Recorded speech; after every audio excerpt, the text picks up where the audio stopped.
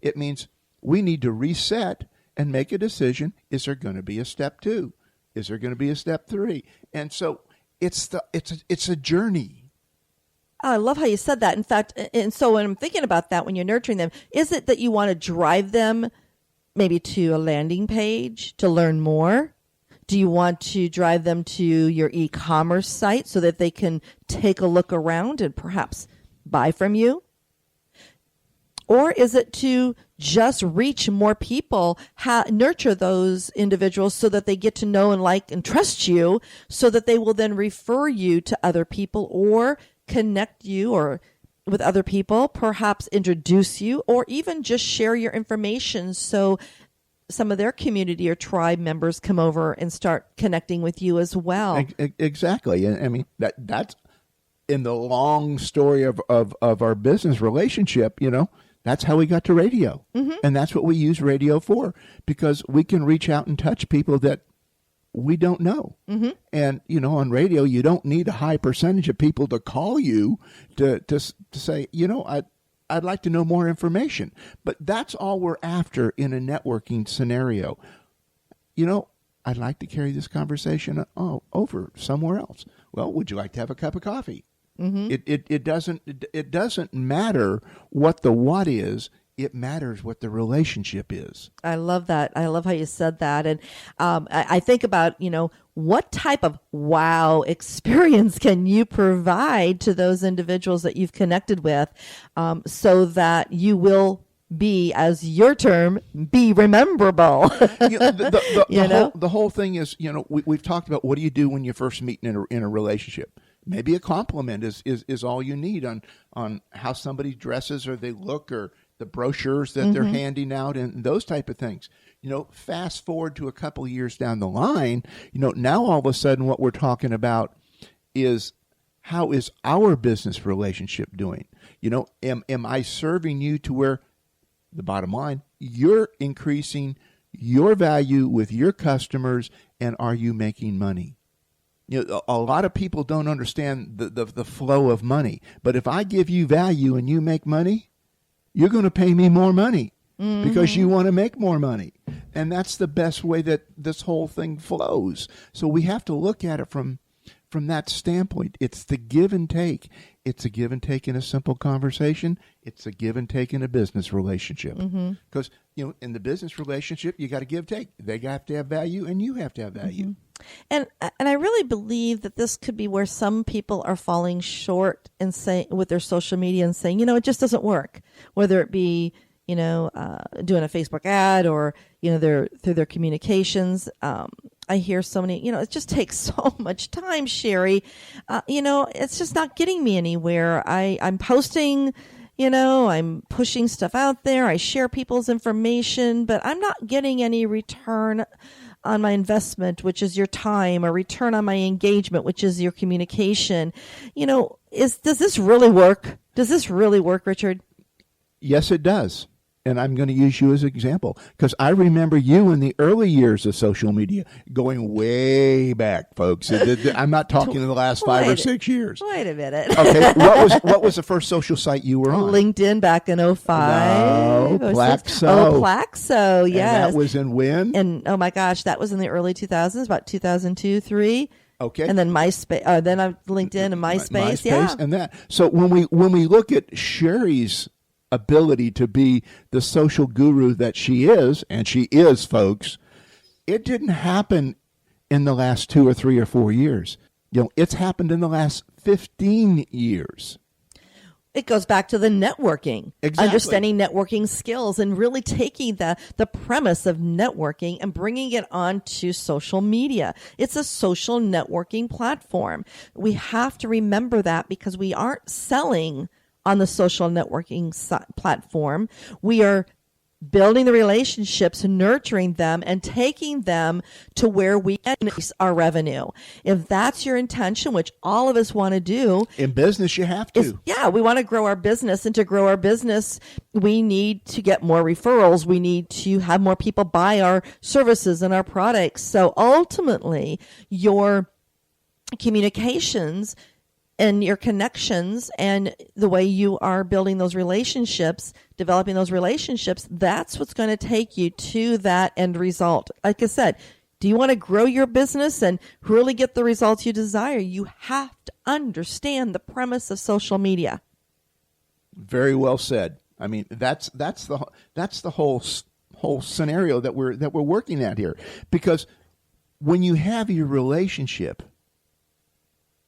now you can really use social media to its fullest advantage. How so, Richard? And that's top of mind awareness. Ooh. That's where they see a little tip from you. That's what, and it's okay to put up there. Hey, we went out to dinner at this great restaurant. Whatever name the restaurant. Give them a kudo too. And that's where you pick it up. That's the T in the acronym of SMART.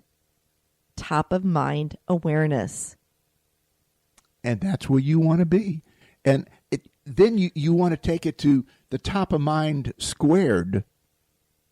And that's where they're waiting to hear from you. Cheri, you didn't post today. What happened? Oh, gosh. That does happen. And I know myself. I follow people. And, last week, again, a lot of us, the week before, those of us that were in that path of Matthew, we were busy hunkering down or evacuating, whatever it had to be, and then the next week, not only were you unhunkering, trying to get back to normal, but the stress levels were up, but we also had to go right into our business week. And it just seemed, me, I was just like the whole week I was like on edge. When I say on edge, meaning I was trying to, just take 2 weeks and put them into one. And it was because we got behind a little bit because we couldn't do some things the week before. A lot was canceled. So it was like, all of a sudden I realized, oh my gosh, I made sure that all my clients' information, their social platforms were being, posted on. I had scheduled some stuff ahead of time before I evacuated, but also monitoring and managing it. But I stepped back and, oh my gosh, I haven't posted anything on my social media except that I was bye-bye. No, my personal I did. And that's really where I focused last week, was more my personal side. And I'm here to say, audience, you have to blend your social sites and, your personal profile, your business pages, especially on Facebook. You have to blend those. And then when you have the groups, because that's where you have to be top of mind on all of them, not just in one area. And you have to be consistent on, if you're on multiple platforms and you have followers and connections and fans and friends and whatever, all across the platforms there, you have to be consistent so people recognize you. It's that brand recognition. Be very careful about that. Don't just haphazardly put something up. I'm not saying you have to be as active on some as others, but if you're going to claim your place, make sure you have the same logo or the same type of cover image that you're putting on the others, so people say, oh, that's them. That's Richard and Cheri. I recognize them. That's the same logo. And it's very, very important to be recognizable or rememberable, as you say. Rememberable, yeah. I mean, you go to any big corporation, and we're into the Christmas holiday seasons now. Look at the brands that come out there. You've got some major brands that sit out there. Macy's does a great job of pushing it and pushing the level that they want you to buy at in their store. You sit there and you look at the fast food industry, the fast food business. Look at how they do it. Look at how Walmart started in June of this year, trying to reestablish a little higher quality brand when their CEO comes on and does their commercials. All of this, when you see these things, it's, if I did that, what would it do for me? Do I need to consider something like this? A lot of the times, most of the time, it's probably no, but you're going to catch a few of those that go, yes, that's what I need to do. But the difference is you didn't have to spend millions of dollars with an advertising company like the big brands do. Definitely follow influencers within your industry. Take a look at what your competitors are doing. Don't copy them, but just learn from them. Take what you like. see what you like, what you don't like, and then start putting that into your own voice. You have to be yourself. That is the one thing about social media is you have to be authentic. No one's fewer than you. Who says that? Dr. Seuss. Dr. Seuss, exactly. Be you. And it isn't just about posting to get that top of mind awareness. You definitely want to be seen, but you have to make sure that you're involving your community, which means you have to be engaging on their posts, on your connections, the people that you're connecting with. You have to take the time to go and comment on their posts.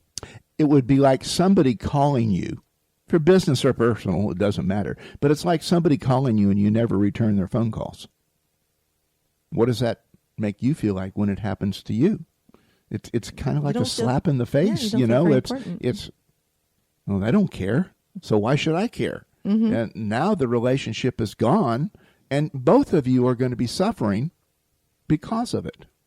And looking at that thing, it's that thank you that should come from that never got said. Mm-hmm. And the thank you is it's the ribbon, it's the bow on the package that you're giving out. I like that. That's the thank you.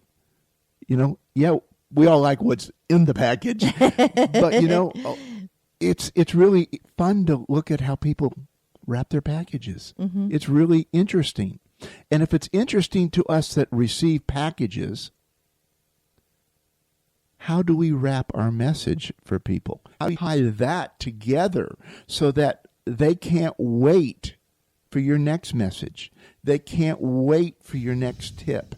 They can't wait for the next call. Because when you get raving fans that they just love you for the sake of loving you, okay, that's when you're up there with the big guys. That's where you have the know, like, and trust. Well, I mentioned, and I'm going to use just, for an example, a realtor. No names, no particular type of realtor, but just for everyone that's listening, today, think of who you're connected with on social media. And I'm sure every one of us are connected with at least one realtor.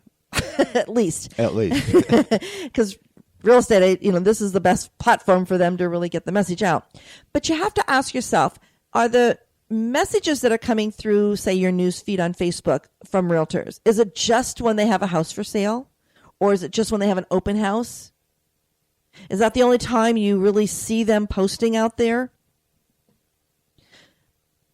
Or is there someone that you can think of, that you can picture in your mind, a realtor that every single day you see something coming through your news feed and it's fun, it's entertaining, it's maybe a tip, maybe giving us some industry news, maybe sharing some decorative tips, or what to look for in a realtor, or perhaps how to evacuate from a hurricane.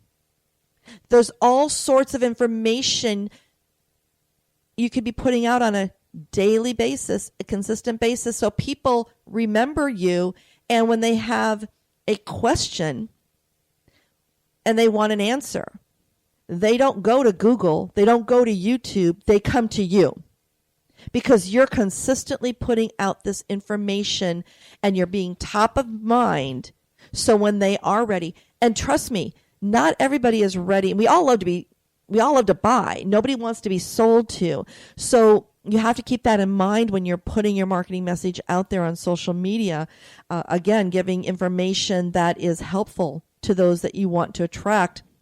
When you're doing this and someone has, we all know in sales, everyone has a pain of some sort. That's why they buy a product or a service. They want a solution for that pain. So you have to understand and be very clear and concise in who your ideal client is and what your product or service serves, how it serves, and how it can help them and benefit them, so that that is actually put into your message and it resonates with the right client, so that they know when they have the need for you, that they come to you. And I know for a fact that not everybody that follows me, connects with me, or, buys